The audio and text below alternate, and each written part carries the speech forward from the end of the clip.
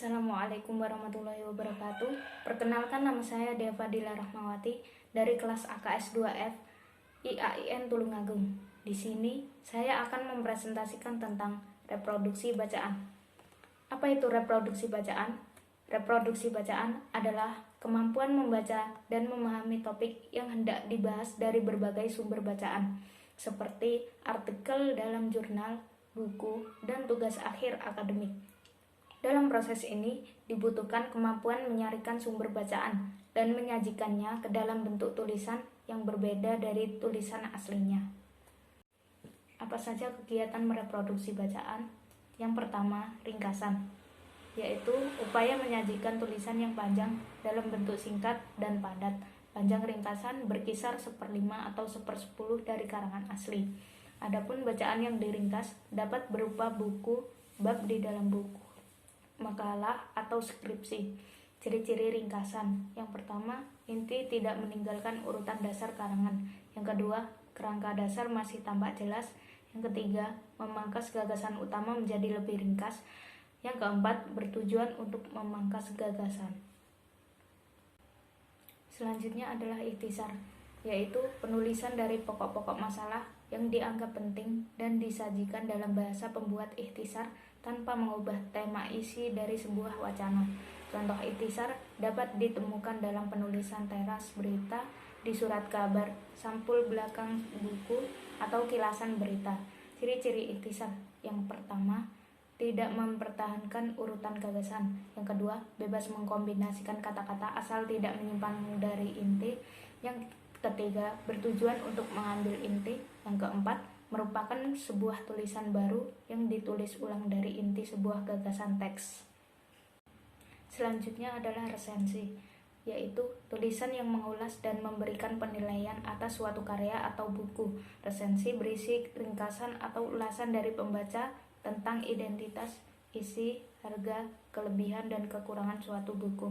Tujuan penulisan resensi pada umumnya menginformasikan hal-hal yang termuat dalam sebuah tulisan secara sekilas kepada pembaca.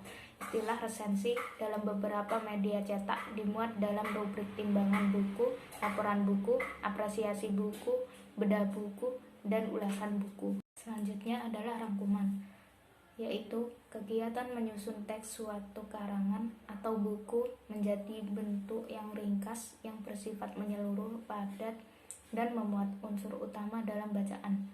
Ada beberapa hal yang perlu diperhatikan oleh perangkum, antara lain, yang pertama, rangkuman hanyalah mengungkapkan gagasan pokok atau bagian-bagian yang penting dari tulisan asli.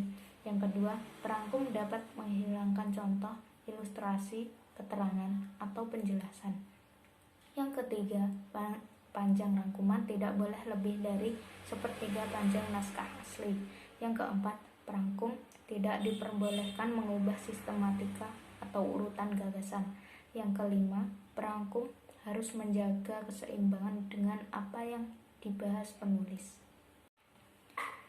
Selanjutnya adalah sintesis, yaitu kegiatan merangkum berbagai pengertian atau pendapat dari beberapa bacaan yang dipandang dari sudut pandang sendiri untuk dihasilkan tulisan yang baru yang sesuai dengan kebutuhan penulis. Sintesis merupakan simpulan penulis atas pemahamannya terhadap beberapa bacaan. Ada beberapa hal yang perlu diperhatikan dalam membuat sintesis. Yang pertama, bacalah sumber secara kritis. Yang kedua, cari bagian yang akan ditekankan berdasarkan kepentingan tulisan. Yang ketiga, bersikap objektif terhadap pendapat ahli yang dikutip. Yang keempat, pertajamlah sudut pandang. Yang kelima, carilah kaitan antara bacaan tentang hal yang akan disoroti. Selanjutnya adalah abstrak. Abstrak yaitu ringkasan isi suatu tulisan ilmiah dalam bentuk singkat dan padat. Panjang abstrak tidak lebih dari 1 hingga 2 paragraf atau berkisar 150 sampai 400 kata. Abstrak disusun setelah tulisan ilmiah seperti laporan penelitian, laporan magang, makalah. Ada beberapa hal yang perlu diperhatikan dalam abstrak. Yang pertama, abstrak disajikan dalam bentuk paparan informatif. Yang kedua, bahasa yang digunakan lugas, singkat, padat, dan jelas. Yang ketiga, panjang abstrak kurang lebih 150 sampai 400 kata. Selanjutnya, simpulan.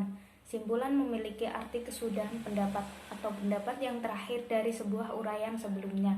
Simpulan merupakan sebuah gagasan yang tercapai pada akhir pembicaraan. Dengan kata lain, simpulan adalah hasil dari suatu pembicaraan. Ada 3 hal yang harus ada dalam simpulan, yaitu yang pertama, ringkasan isi bacaan. Yang kedua, sintesis. Yang ketiga, justifikasi atau keputusan atau opini personal terkait dari apa yang sudah dibahas. Yang terakhir adalah sinopsis, yaitu ringkasan cerita dari suatu karangan atau gambaran isi dari suatu cerita secara garis besarnya. Sinopsis berisi ringkasan isi dari sebuah buku atau novel. Ciri-ciri sinopsis. Yang pertama, umumnya isi naskahnya terdiri dari 3-10 halaman. Yang kedua, alur naskah dibuat sama dengan alur cerita aslinya, namun kronologis cerita disusun secara lebih singkat. Yang ketiga, bahasa yang digunakan bersifat persuasif. Yang keempat, terdapat suatu ajakan atau motivasi bagi para pembaca. Yang kelima, membuat penasaran bagi para pembaca dengan menampilkan konflik secara singkat dan menarik. Berdasarkan pembahasan yang telah dipaparkan sebelumnya, maka dapat disimpulkan bahwa kegiatan mereproduksi bacaan tujuannya adalah sama-sama meringkas suatu cerita atau bacaan yang kita baca dengan mengambil intisari atau ide pokok dari suatu bacaan menjadi lebih ringkas, padat, jelas, mudah dimengerti, dan dipahami oleh semua orang. Sekian presentasi dari saya. Wassalamualaikum warahmatullahi wabarakatuh.